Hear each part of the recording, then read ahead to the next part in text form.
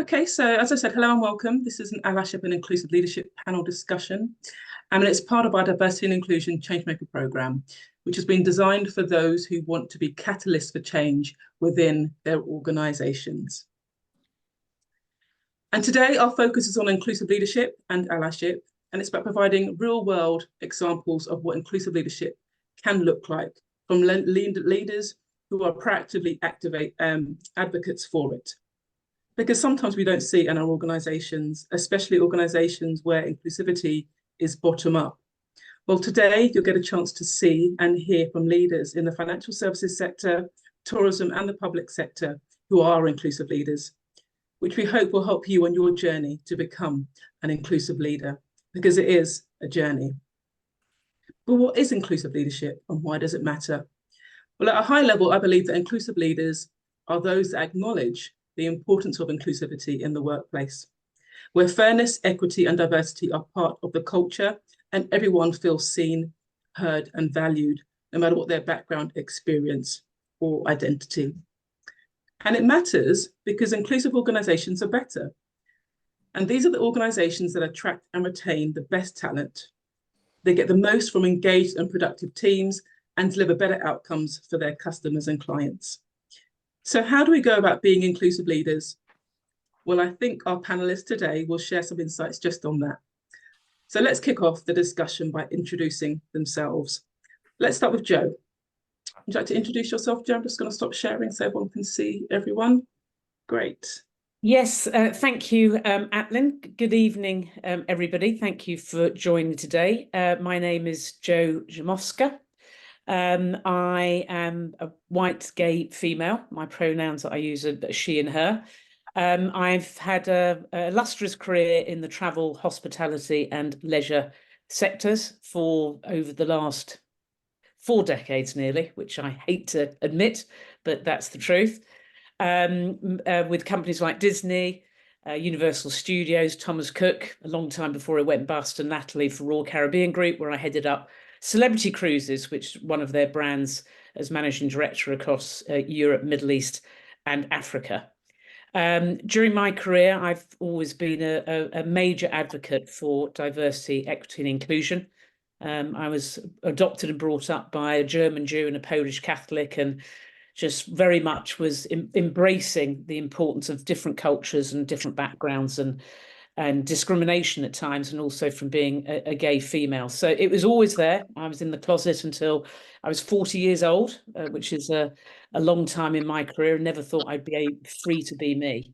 And I realized the importance of how important it is to enable people to feel included, and also how important it is that as organizations thrive through inclusivity and a diverse network. So last summer, I decided to embark on a new venture. I set up Jovolution Limited, which is really working with organizations and individuals at all levels who have got a real passion for diversity, equity, inclusion, and want support and encouragement, either as junior members or senior members, as to how to really develop that more in the industry. And I've had the joy of meeting many people such as Atlin, because the travel industry, albeit that we're sending people across the globe to mix with different cultures, there's a very long journey still to go. So it's my time now to pay it forward. I'm passionate about it. I'm also non-exec director for Hayes Travel, which is the largest independent travel company in the UK. And as we all know, a diverse team is a better team and a more profitable business as well. So I'm looking forward to the debate this evening. Thank you, Atlin. Oh, thank you, Jo. What a great introduction. It's a pleasure to have you here. I look forward to the discussion and your input.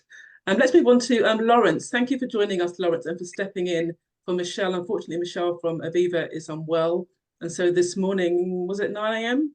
Laurence agreed to step in and represent the financial services. So if you'd like to introduce yourself, that would be great, Laurence.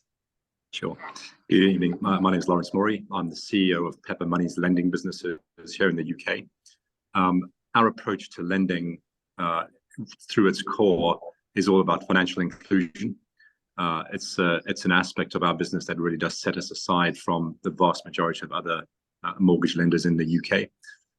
So I think, as a starting point, we're an organization that thinks about inclusion and diversity as being core to, frankly, how our business operates and how we achieve success in the delivery of financial services and products. My background and my journey into the sort of diversity and inclusion sort of agenda is, I grew up in South Africa. I'm obviously a white male, and benefited significantly from the period of apartheid in that country. So my sort of view on diversity and my need to see change is driven very much by having been a beneficiary of that, but also seeing how pernicious that sort of environment is with respect to the advancement of individuals. So I have a very deep-seated sort of personal interest in driving diversity and inclusion in our business. I'm very fortunate to be surrounded by really open colleagues, and as I said, I'm already in a market segment that is completely open to making progress in this area. And most recently, I've worked with Atlin in her time in our business. So yes, I'm also keen to actually learn a little bit more this evening with respect to some of the developments that are happening in other businesses, and I'm very keen to share some of the, if not challenges, just some of the learnings, frankly, that we've had on our journey, and a couple of thoughts that I have with respect to how you can continue to move forward in this area whilst bringing together quite diverse groups in a way that makes everyone feel like they have benefited and developed as a result of the program. Great, thank you so much, Laurence, and thanks again for joining us this evening. Peter, on to you. Please tell us a bit about yourself and the importance of inclusive leadership for you. Thank you, Atlin, and hello, everyone. So I'm Peter Matthew, clearly black male, Caribbean descent, and I never know what to call myself, but I'm a bit of an odd bod. So I am an urban planner, I am an economist, but I am really a people person, and I think that essentially goes to my core. And I had a choice some 35 years ago between, I was offered a job in the National Council for Voluntary Organisations or with the Department of the Environment. So I would either work from the bottom up or I would work from the top down. I decided to work from the top down because I thought you'd actually effect change better in that way. And so I joined the Department of Environment, 1992. And I left the department after 22 years. I left as Director for Sustainable Buildings and Climate Change. So I tend to do lots of different things. I then spent 10 years in local government, London Borough of Hounslow, where again, I focused around people and place. How do we create the places that people should live in, and should be the key word there, attractive places? How do we deal with some of the ills in society in places, poor housing, poor conditions, community safety, and so on? And that was a fantastic experience for 10 years. And I left Hounslow as the Executive Director for Housing, Planning and Economic Regeneration following the COVID pandemic. I'm currently at Oxford City Council, and again, I am the Executive Director there for Communities and People. The people bit is clear. I am responsible for people, but it's people in the communities, and it's really about creating the right place that people can live successfully. So it's been a journey in terms of trying to understand how can we improve the quality of people's lives by improving the quality of the places where they live, and that continues. It follows from that, well, personally for me, that my kind of I'm not sure whether it's a realization, because I suspect I always knew it, but in the workplace, the realization of the need for inclusive teams and leadership, I think that first developed in me probably in the first day I started working at the Department of the Environment, and it kind of grew from there.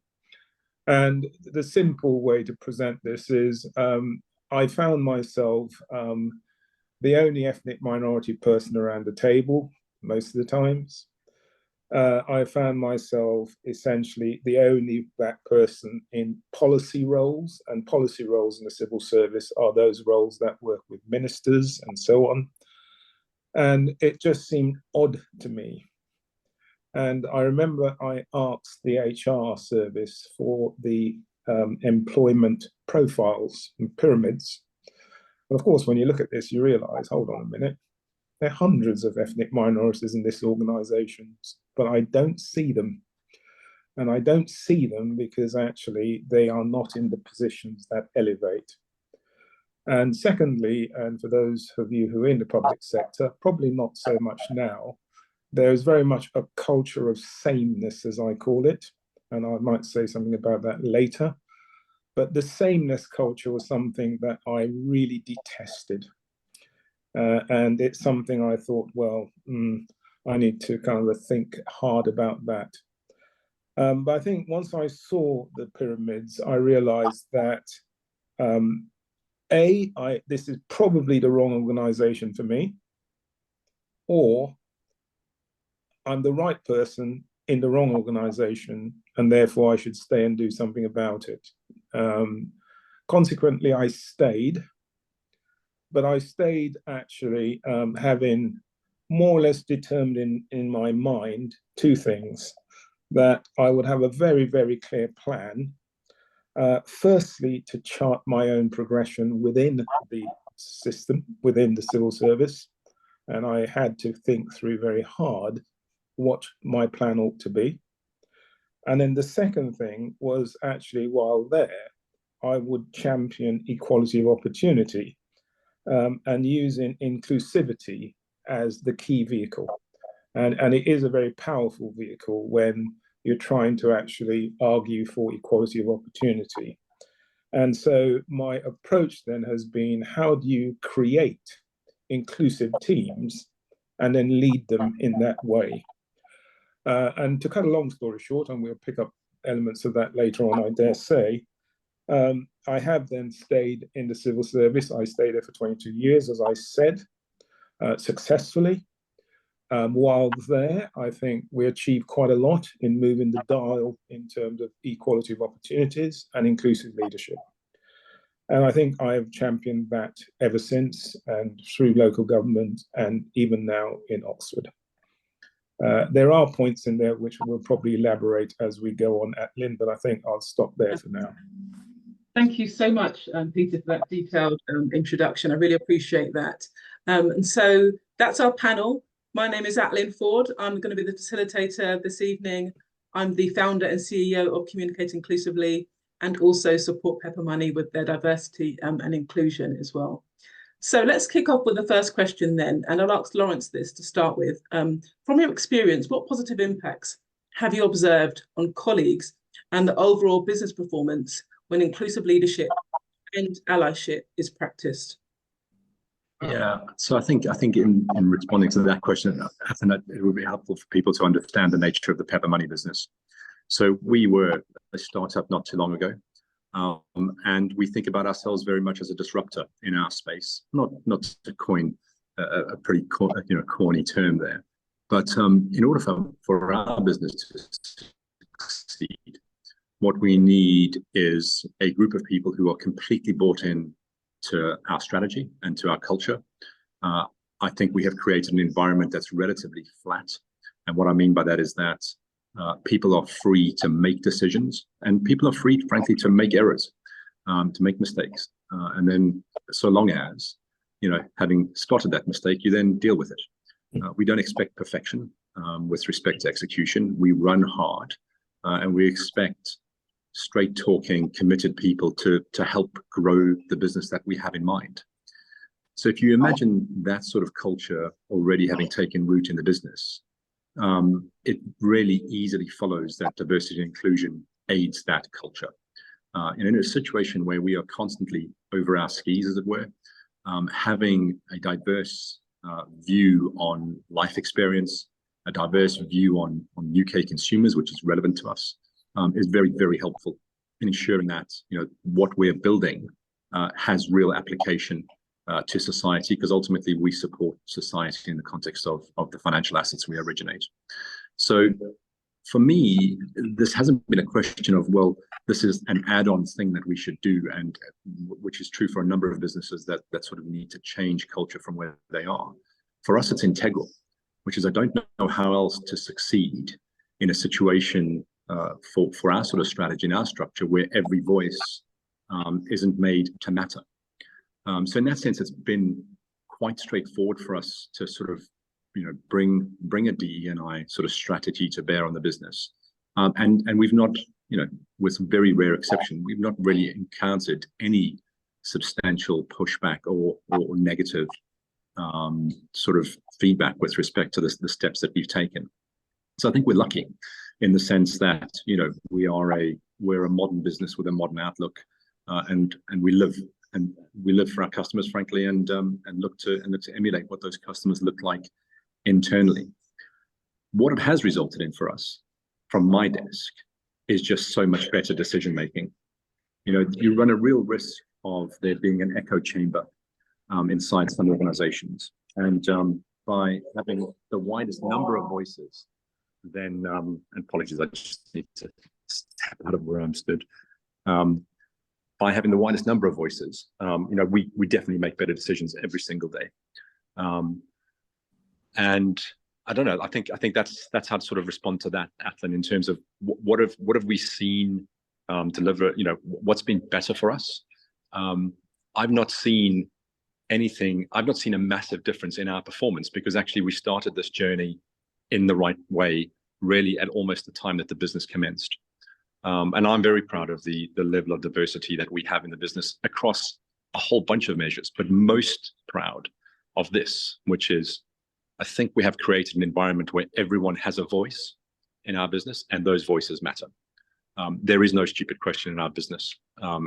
Everyone, just today, for example, I went out for a walk with one of the most junior people in the business, seeking to get their insights into what we should do better in the context of our client engagement. So if I was to leave you with one thought from my desk, it is about, frankly, taking the opportunity to create a business that reflects the society that you want to live in.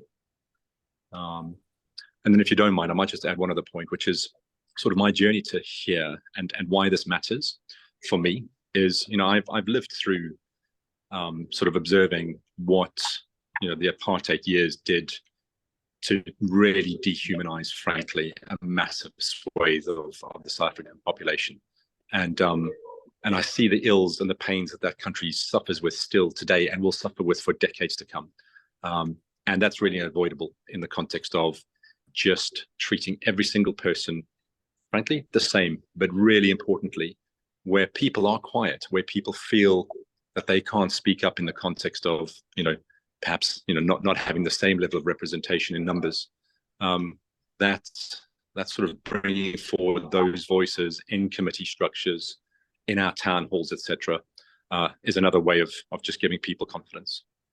So, yeah, for me, it's I don't know how you run a business that doesn't seek to sort of emulate the profile of society, and a business that kind of doesn't take the benefit of all their people being able to speak. In fact, I don't know how to do it otherwise. But I'm really proud of what Pepper does on that front, and I'm really pleased that with the contribution that you have made to our business over the years on that front also. Thank you, Laurence. I appreciate that answer. Thank you. Joe, how about you? Do you want to share any positive impacts that you've seen within your businesses through the inclusive leadership? Yeah, no, I can certainly. I mean, first of all, I think it's so interesting, Laurence. It's great to hear what you were saying, and the joy, I guess, of a startup business today, and immediately with yourself at the helm. Because to me, success only happens from the top down if it's genuine and authentic, to enable and empower everybody within the team to genuinely feel that they are included, regardless as to who they are. I grew up in a different era in the 80s and the 90s work-wise, as I said, when it was impossible for me to be who I was, let alone many other people around me, and also in a situation whereby predominantly the most of the workforce at a senior level was without a doubt white male. And as a result of that, actually, you know, when I look back on it now, the women who became successful at those times, predominantly, I hate to say it, but there was an approach of you can't beat them, join them. And very often we perpetuated the behaviour, and we enabled bad behaviour. And by bad behaviour, I could say it could be inappropriate comments, it could be inappropriate jokes, and rather than actually sticking up and saying, I'm sorry, either I find that offensive or I think that is offensive. And I'm not talking about direct discrimination here, or I'm just talking about people very often in day-to-day banter. And that was very difficult. It was difficult to overcome. It was difficult to change. And I think we sort of tolerated behaviours and, as I said, perpetuated them in some ways. So it was a very different a different world than it is today. I hate to say it. I think the world's going backwards, not forwards in some areas, and I think that's something why it's even more important that the diversity, inclusion, change makers really need to come together and work together across industries, because what we're seeing in many parts of the world as a massive right-wing movement, potentially things are going to go backwards, not forwards, and I think that's really important. So just that context is very different, over my time. I look back and think, I know from my own point of view where I perpetuated situations, and doesn't make me feel good. I think as I've grown as a leader, and as I was free to be me and truly be myself, and that got to a point of confidence and age in reality. Before then, I know it would have impacted my career, and it would have done. That's the reality in the late 80s. So I now am absolutely committed to how do I support, as I said, individuals at all levels. And Laurence, it's lovely to hear you're out walking with anybody. It doesn't matter who they are. A lot of companies are still very hierarchical. A lot of big corporates still need to make a significant change. But the benefits that I've seen within the work that I did at Royal Caribbean Group and Celebrity Cruises, first of all in the DNA, right from the chairman down, there was a genuine desire that this was a massive part of the agenda. And unless it's on the board agenda, just in the way that everything else, if it doesn't get measured, it doesn't get done. And it's really important that there is measurement, and that people are authentically and genuinely going on the journey from top down to make a difference, and empowering people from bottom up to make a difference. And we saw massive engagement with our employee resource groups, and I can talk a bit more about that later on. So, but making the change, you need senior people to buy into it, and you need to make sure that you build a culture where everybody is listened to, and it is authentic, and it is genuine, and people know that they will be supported if behaviours or comments are not appropriate. Even if it wasn't intended, it's very important that people are made aware that it's a culture that does embrace everybody. And that takes time in a lot of organisations. Yeah, thank you, Jo, for that. And then it's great, as I said, that this event was designed to be diverse in terms of the sectors, but also the people. And I think the experiences that Laurence and Jo have shared are both very different, but still really embedded in inclusivity. So thank you for sharing that. Peter, on to you. What are your thoughts on this? I'm going to ask you actually a different question in terms of a specific example that illustrates the tangible benefits of inclusive leadership within your current or your previous organisations. Well, why did you ask me a different question? I quite like the two answers that went before. All night, then I will be able to ask you the same question, yes, Peter. I'm going to pick up on the two, because I think there's a lot of commonality in terms of what I heard from Laurence and Jo. And I think in the civil service context, that's essentially what I refer to as the sameness culture. Okay, and certainly if you go back to the civil service in the 90s, and by the civil service for me now, I'm talking about the policy divisions in Whitehall, which is really where I've been for my time. And there is this sameness culture. It's not just they're all white males. Yeah. They were all Oxbridge sets. They spoke the same way, they behaved the same way, they thought in the same way, and so on. Now, to some extent, that's what the civil service wanted, yeah, because actually that's what ministers want, people who think in the same way. The problem with that, I found, was that, well, it's not a very inclusive approach, okay, because what it tends to do, if you're not an Oxbridge set, if you're not a white male, etc., how do you therefore progress? You either have to make a choice of trying to join that club, which is extremely difficult because A, I'm not a white male, I'm not an Oxbridge set, or what do? You don't progress. And so my example had to be, well, how can I break that arrangement and still progress? And so I think what the first example, which was the first real challenge for me, was to pull together a team of diverse people. And so I created a team, I think it was around 1997 or so, and it was the Urban White Paper team. I remember it well. And I pulled together a team which pulled together some white male Oxbridge sets, some folks who actually from the deep inner city areas, and so on. And it was a really broad church. But the conversations I had with them was actually, they all had something to bring to the team. They all had something different to bring to what we're trying to do and achieve. They had their own individual perspectives. And if we could blend those experiences, the chances are we would create some fantastic outcomes. And so the real challenge was for me to demonstrate that with a blended team, we could be really impactful. Mm-hmm. And I think, I won't go into the details of what they achieved, but I think the short answer is, yeah, they were really good. It was a fantastic team. And it was a fantastic team for that reason, that they had so many different perspectives in the same room, in the same team, at the same time, that you can apply it to dealing with problems. And I think different minds thinking differently with different experiences gives you a real rich outcome. And I think that first team that achieved that with me, I think set that template for me, because what it demonstrated is actually the outcomes were much, much better. The conversations and the engagements and the interactions were very different.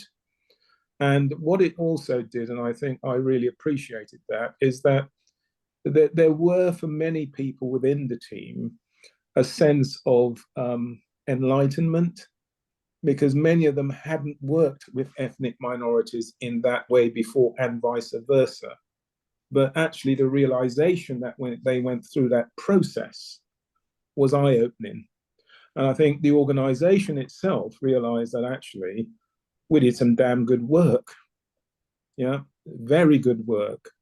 And I think that approach of bringing together the blended teams with totally different backgrounds, totally different experiences, but if you have the right leadership that can harmonize all of this and get the best out of it, actually the outcomes are fantastic. So that is really what my recollection, and in a way is very dear to my heart. The Urban White Paper team of 2000 was fantastic simply for that reason. It was an exercise in blending a team. Yeah, and I guess it was quite innovative at that time, I would say. Sorry, Jo. Just to add to that, I think the other thing in my experience is that, you know, we've got more similarities than we have differences of people. But I think part of it is actually the benefit of people listening to different viewpoints and listening and learning. And I think the power of that is so important, rather than, to your point, you know, I call it the sea of sameness, because that was the business that I worked, of everybody being the same. When you actually people and they genuinely listen to people, about different people's perspectives and learnt and understood. And the change that then happens is so powerful. The employee engagement is so powerful. It really is. And you know, to me, there is a massive difference between what I call positive action as opposed to positive discrimination. Yeah. And Yeah. really mix the two up. And companies and teams and leadership teams taking positive action to have a look at how they genuinely are embracing inclusivity and differences is significant. And very often people just say, "Oh yeah, we're there for everybody," but what does that mean? What does that mean? And you have to take action. And I think that's so important. Yeah, it is. Yeah, thank you for adding that, Joe. I think that is really important to say. And just for the people here, if you have any questions for Joe or Peter, and Laurence had to drop off, or for myself, please do add it to the chat box, and we will get to those questions at the end of the panel. So please do that. We want it to be as interactive as possible. So just to build on that conversation, though, you know, at present, not everyone fully still understand the benefits of having inclusive teams, and often it can be what is called unconscious bias or affinity bias, in that people are looking for people that they connect with and resonate with because they're very similar to themselves. And so I guess, you know, for you, both of you who are inclusive, it's the challenge of how do you influence others within your organizations to also take this approach. So I guess on that note, I'll ask the next question, which is around what are some of the practical tips and strategies that you would recommend to others who aspire to practice inclusive leadership? And if you do have any comments with regards to influencing others, that would be really helpful, other leaders in organizations, but also, again, those challenges and any resistance that you may have faced. So Joe, can I go to you first for that one? Yeah, and I touched on it earlier with the employee resource groups. I mean, you know, staff network groups. I mean, lots of companies call them different things. But when we went about setting those up, there was some reticence in certain areas as to where do you start and et cetera, et cetera. And I think the other thing that I think the first thing is that if you just we did a town hall with people, we explained that what we were looking to do is genuinely that we have across the globe, you know, there's only over 60,000 employees, so there was a very different mixed group across the globe. But again, from a leadership point of view, there wasn't enough diversity within the leadership team overall. And what we found is that, again, if you give people set out clear reason as to why you are doing it, and that there's a genuine desire to listen to people and to take positive action and to understand, wanted to be an employer of choice for acquiring new people, for retaining people. It's a very competitive environment. The travel industry, the cruise sector overall is very competitive. So acquisition, retention, engagement, and then development. And what we found is as we set up the groups, they really then, we made sure, you know, they had some budget to play with, they could come up with the ideas. But what we very much did was made sure that allyship came into it as well. And I think this is where, to me, true inclusivity, allyship is a critical part of success, I think, diversity and inclusivity. Because in my experience, if you only have a series of groups, so the network of women only being women, the LGBTQ group only being LGBTQ members, people of color, different ethnicity, then effectively you don't make change and people don't learn. So whilst it's really important that the group themselves absolutely are setting the agenda and letting everybody know what's important to them and what ideas they've got for the business to become more inclusive and more diverse.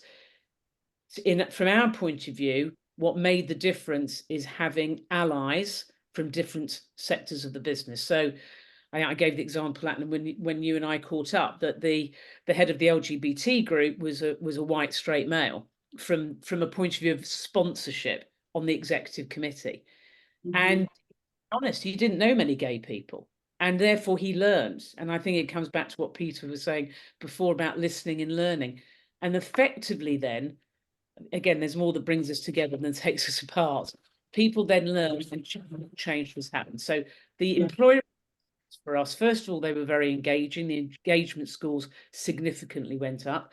Secondly, people got to know one another. They were global groups. They could happen on Zoom like this. So there was a genuine ability from a development point of view and engagement point of view.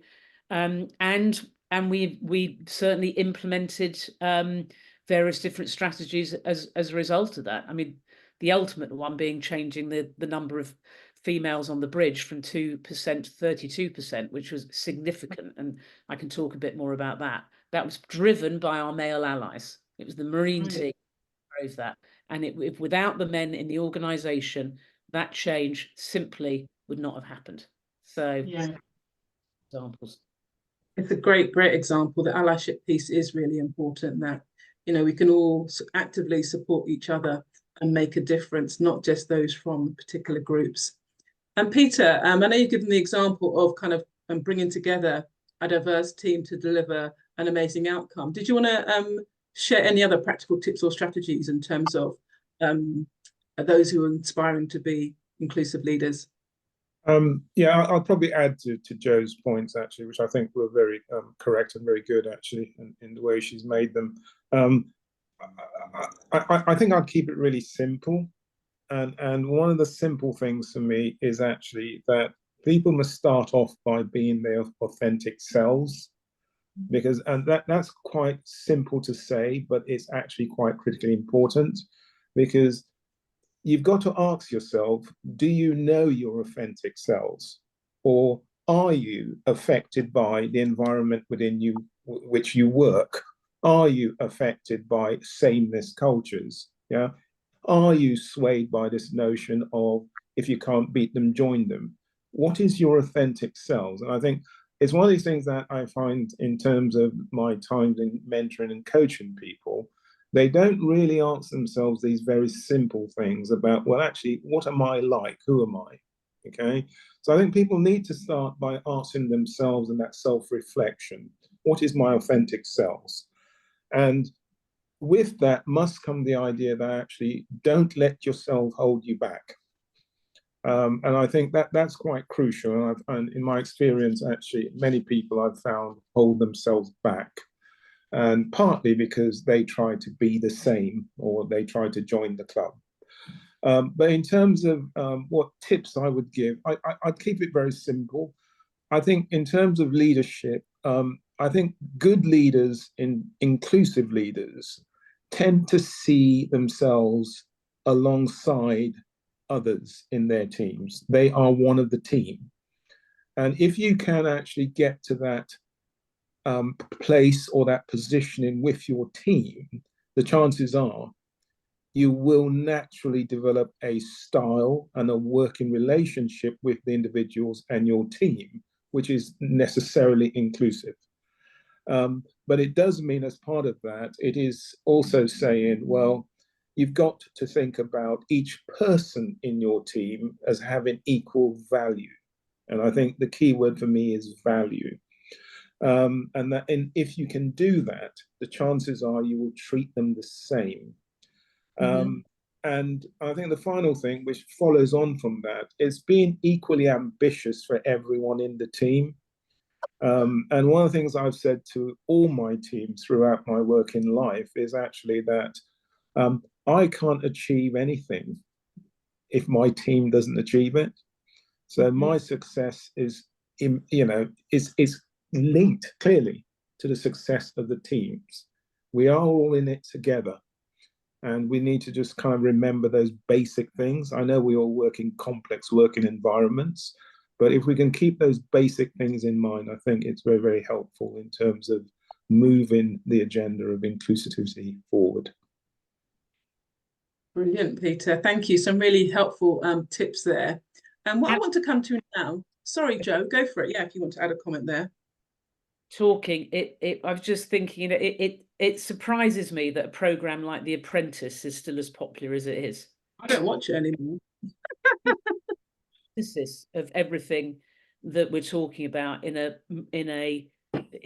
diversity, equity, and inclusion, and there it is reinforcing the behaviour that I was talking about of the 80s and the 90s. It really is, and it just concerns me because it's all, so many young people watch it, so many young people are involved in wanting to be on it, and all it is that autocratic, misogynistic. If you can't beat them, join them. In fact, you know, it just is remarkable to me, and rather depressing that it still remains such a watch program. And I think that just, my concern is it just reinforces everything that we're, you know, the antithesis of everything that we're talking about. I agree with that. Yeah, there still is a lot of work to be done, Joe, 100%. And I think, you know, we do see it around us all the time. But it's just, you know, encouraging for us to continue doing what we're doing, and to, I think, help and support others, because there are not always role models around for people to understand what inclusivity looks like and what inclusive leadership looks like. And this is why I really wanted to have this discussion today, people to actually see and be able to speak directly to those who have led the way, but also have learned along. You know, your journeys have not been a smooth path with both of you, and also Laurence had mentioned, you know, the learnings, and I think it is about learning as we go. But based on that, I mean, can we talk a bit about, I guess, personal characteristics now? Do you think there are certain characteristics that inclusive leaders need to have and consider in terms of their personality and character? Who wants to start with that one? That's a big question, isn't it? Oh, that's a big question. I'll start, and Joe can come in, and we'll just ding dong this around a bit, Joe. But I think the one I would naturally start off with is the ability to listen. And I think listening is one of those interesting skills that I don't think we take serious enough as a skill, because I think listening to others and understanding what people are saying is something that's critically important for me, and I think it should be for all leaders, because it's very easy for us in leadership roles where, in a sense, we have a respect which is not necessarily always going to be an earned respect. We have a respect by virtue of our position. Now, which is all very good and it's jolly nice, but I also like to be liked by my staff, if I can put in those terms. And I think I prefer that type of respect rather than the respect that comes out of the fact that I am the executive director. So I think by engaging and listening to folks, you break down those barriers and be one of those, be one of us. So I think the listening skill is the one I'll pick up as one of the first characteristics, I think, which is critically important. Thank you. I agree totally. Joe, do you want to add a characteristic before we move on to the next question? Yeah, just on that, I think what's important, it's important to listen with your heart and not just your head as well. Yeah. And that's another key thing. You know, to genuinely show interest, not just in the role or the work, but in the person themselves. I think that's important. I think the thing is, from a point of view, is really, you know, encouraging different viewpoints. I think that's another thing as well, is that it's really important for, as an inclusive leader, to encourage, so make sure that everybody has a say, because very often, you know, one of the tactics that I always use with the team is to make sure that everybody has a say and they can't be interrupted. So first of all, it reduces stress in meetings, because people know that they're going to have their time, their share of voice. It also means that people know that they're not going to be interrupted, because that's part of the commitment that everybody makes to one another. And in return, the commitment needs to be, you shouldn't ramble on and on. You need to be quite short and sharp, so that everybody has a chance to get round. So I think that's really important, that there's share of voice, there's difference of opinion, and people know that they're going to be heard, not just listening, that they're going to be heard. I think that's really important. I think the other thing, the understanding of the difference between equality and equity, and I think the two words very often get mixed up. and everybody's got the same opportunity, and everybody's got the same tools. Whereas actually, from an equity point of view, it's making sure that the tools are adapted so that that there is equality. And I think that's really, really important in making sure that there's inclusiveness overall as a leader. I think those are some of the key things. Authenticity is critical. People see through if you're not being. Yeah, absolutely. 100%. Yeah, that's right. That's right. Absolutely. Okay, so I'm going to ask one more question now, because we've got a couple of questions coming in from the participants. If anyone else has got a question, please put it into the chat, because I'll be coming to those very shortly. But Joe touched on allyship earlier, and I would really like to kind of just focus on that for the last question. So, especially for those on the Changemaker program, what guidance would you offer to help them to practice allyship in the workplace? Because I think sometimes people don't quite often understand what the term means, but also how you kind of live it and breathe it in the workplace. So what guidance do you have on that? Peter, do you want to start us off? It's woe betide me to give guidance. I think it is tricky, because actually I think you need to gauge this depending on who you're trying to actually engage with, because I think people are different and different people need slightly different approaches, I suspect. But apart from the things we said about listen and engage, I think where I would go on this is really around how the two things I've found reflecting back in terms of my experience from mentoring and so on, that there's two things that I find that is common from the people I've mentored. One is around self-confidence, and it sounds obvious, but you'd be so surprised how prevalent it is, that people, when you scratch the surface and get into deep conversations with them, their self-confidence, and it's how do you actually bring out the confidence in individuals. And by and large, I have met very, very able people, and often they don't know that they are able. And so the tactic or the strategy is, how do you bring them to the point that they realize it for themselves? And I think that was such a powerful thing for me that certainly in my civil service days, I had a personal objective, which was an objective that more or less said that I would like to lose 5% of my staff annually, because I like to see that they're promoted.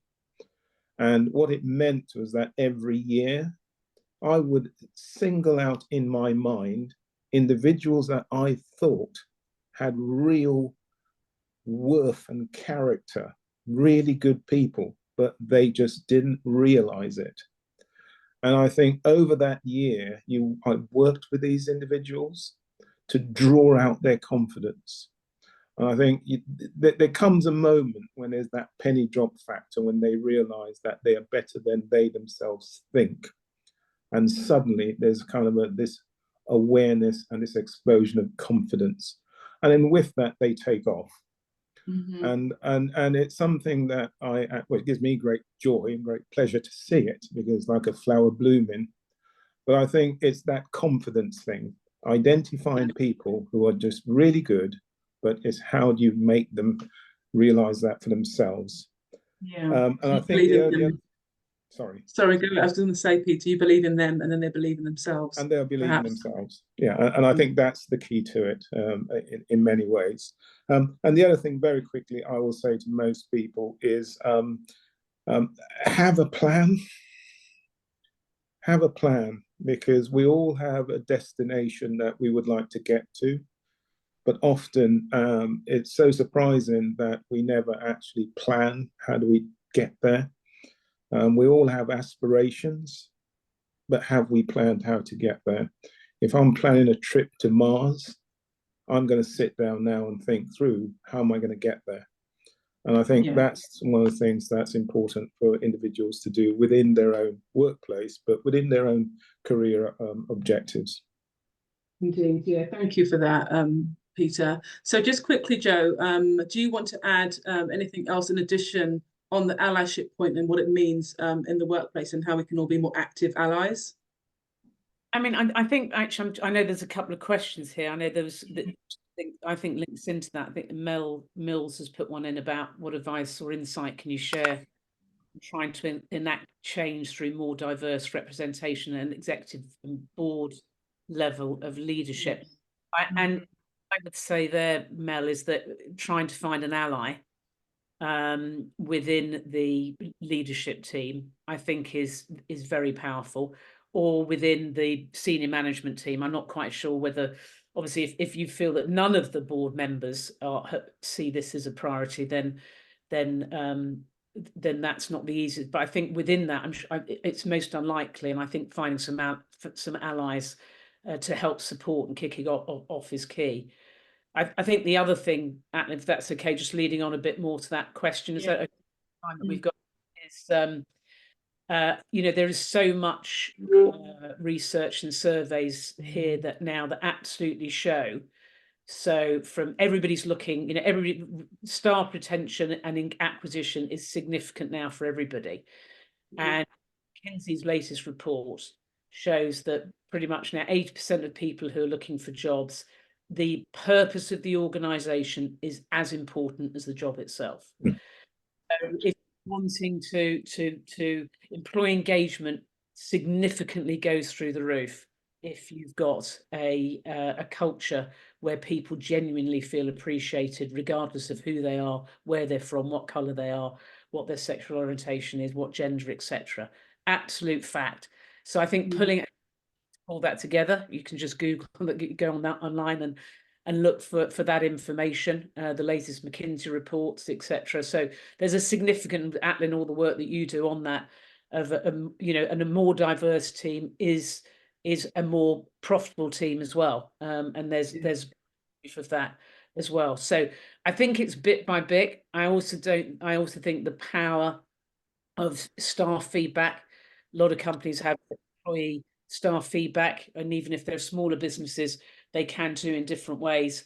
And I think that's a good way to start it's building momentum, actually. And there's that momentum, and people then go on the journey. And then networking, really. I mean, networking with other people, either in your industry or other sectors, and potentially inviting somebody in to come and talk to the leadership team about the power of a diverse and inclusive organisation.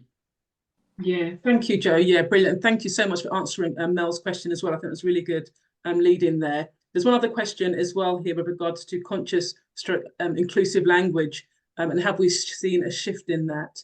And from my perspective, there's been a significant focus on inclusive language because it makes a big difference in terms of how people feel within your organizations, but also in terms of how you interact with customers. And so I've been active in developing an inclusive language guide, because I think sometimes people get stuck. There's a sense of fear saying the wrong thing. And I think it is, similar to what Peter said about planning. We're aware of this, so let's educate ourselves, but let's also help our colleagues with this to prepare a training guide, but also training sessions in terms of understanding not only the colleagues in your business, but the customers that you're interacting with and some of the conversations that may be had there. I don't know if anyone else wants to add anything there in terms of shifts in terms of inclusive language and how that's been implemented in their industries. Yeah, I mean, I think it's important. I think training's important from that point of view, because I think I think training is important, and we found that in helping people understand the importance of language, because again, I think very often people can cause some upset, not intentionally. And to me, there's two things. I think one is understanding it's new language for a lot of people, a lot of the time as well, understanding that. I mean, I get things wrong all the time. I also think it's really important for the groups themselves not to take so much offense if people get things wrong. So if there are times, and again, I'm not talking about conscious, it could even be unconscious at times as well. But the worst thing is if people feel that they're going to say something and somebody's going to absolutely jump on them, then what can then happen is that you can get inertia, and people then tend to do nothing at all, or not to Not drive engaged. inclusion and discussion. So you have to allow people to make mistakes. You have to just let people know why potentially that was found offensive, because very often it will be done, it can be done in I'm not talking about intentional offense here. I'm talking intentional because it's new language that people aren't aware of. So I think it's really important to give training, which is what we definitely did at Royal Caribbean Group, but also just let people make mistakes as well. Yeah, totally understood. And that language changes so frequently. So again, I do think that training does need to be included to help with that. So we are coming to the end now, Peter. Sometimes you're mulling something over, but we have kind of come to an end now. I do have a couple of slides that I wanted to go. Did you want to share something quickly, Peter, before we? Well, it's just on the point that was just made. I think the statement in the chat, I think, was perfectly right, and I think I wholeheartedly agree with it. I think we need to be clear about the language, and we need to find ways of actually ensuring that we disseminate that language powerfully. I don't disagree with Joe, but I think if we not allow, but if people continue to use languages inappropriately, it is a bit of a setback. Yeah, so I think educating people in that way, or raising awareness of the language as described in the chat, I think is a very powerful point. Yeah, wonderful. Thank you, Peter, for ending on that note. And thank you, Mel and H. Noss, for the questions. Really appreciate those contributions. So we've come to an end of the panel discussion. I do have a couple of other slides I wanted to go through, talking a bit about the Diversity and Inclusion Changemaker programme. But before I do that, I want to say thank you to Joe and to Peter and to Laurence, who had to leave. As I said, he stepped in at the last minute, so he had to leave. But I do really appreciate you. We could be talking here for another whole hour. I would have thought we had to cut back the questions significantly, but such great insights, and I really do appreciate everything you've shared today. Okay, so let me share my screen just briefly. I may just run over just a little bit, but if you can just bear with me for another 5 minutes, that would be great. I'm just going to jump in here because today's session really is all about, has been led by the Diversity and Inclusion Changemaker programme. And I was delighted with the response to that. We've got some great people on the programme. And I've actually decided to launch a new cohort in September because it has been extremely popular. And this is really to give people that confidence that Peter spoke about in terms of making a change, having the skills and the knowledge that they need to be able to make the changes in their organisations, but also to have a safe space and a community of other change makers who are also on this journey of trying to create inclusive cultures within their organisation. So if you want to find out more, please do use the QR code and you can register your interest, or feel free to DM or email me with to get further information on that. And then the other thing I wanted to talk about was just, again, back to the education and training. And I do have inclusive language actually on as one of our courses that we offer. But if you are looking to have some training for your teams on a range of topics, do please have a look at our training and workshop guide, because we'd be more than happy to help you to facilitate a workshop. We can also do bespoke workshops as well. And so the final word, and Joe touched on this as well briefly in terms of the cost of inaction. It's immense, really, and doing nothing certainly should not be an option in terms of inclusivity and inclusive leadership. There is a financial cost in terms of high turnover, which was mentioned, loss of productivity, litigation in terms of tribunals and things like that that can come through a lack of inclusivity and discrimination, poor customer service and customer outcomes if you have a disengaged team, or you have a team that are not diverse, that are unable to engage with the customers correctly because they're not familiar, and also it damages the employer brand. These are the financial costs to your organisation, but also the cultural cost, low morale and engagement, these innovation roadblocks. Peter gave a fantastic example with the white paper in terms of how having that diverse team enabled them to be very innovative and deliver a great product at the end of it. Toxic workplace culture. If you've ever worked somewhere that's got toxic workplace culture, it's awful and no one wants to be there. So in terms of this retention piece, no one wants to have that toxic culture. The talent pipeline issue. So again, the promotion, pushing people through. This is not happening in inclusive workplace cultures. People then leave to progress in their careers, but also missed opportunities by not having and giving people a voice to share ideas. This is what is at stake if we don't take inclusivity and inclusive leadership seriously. So thank you all. I hope you have found it useful. I hope you have taken some insights and things and lessons and things that you can take away and implement in your organizations, or also just to reflect personally on things that you can do within your own leadership style. If you want more information, do please feel free to email me, take a look at our website. We've got lots of resources on there. Or also you can follow us on LinkedIn or Instagram. The QR codes are on the screen. I'll leave them there for a moment. So thank you everyone for joining. It's been a great session this evening. And thanks again to Peter and Joe. It's been an absolute pleasure having this panel discussion with you.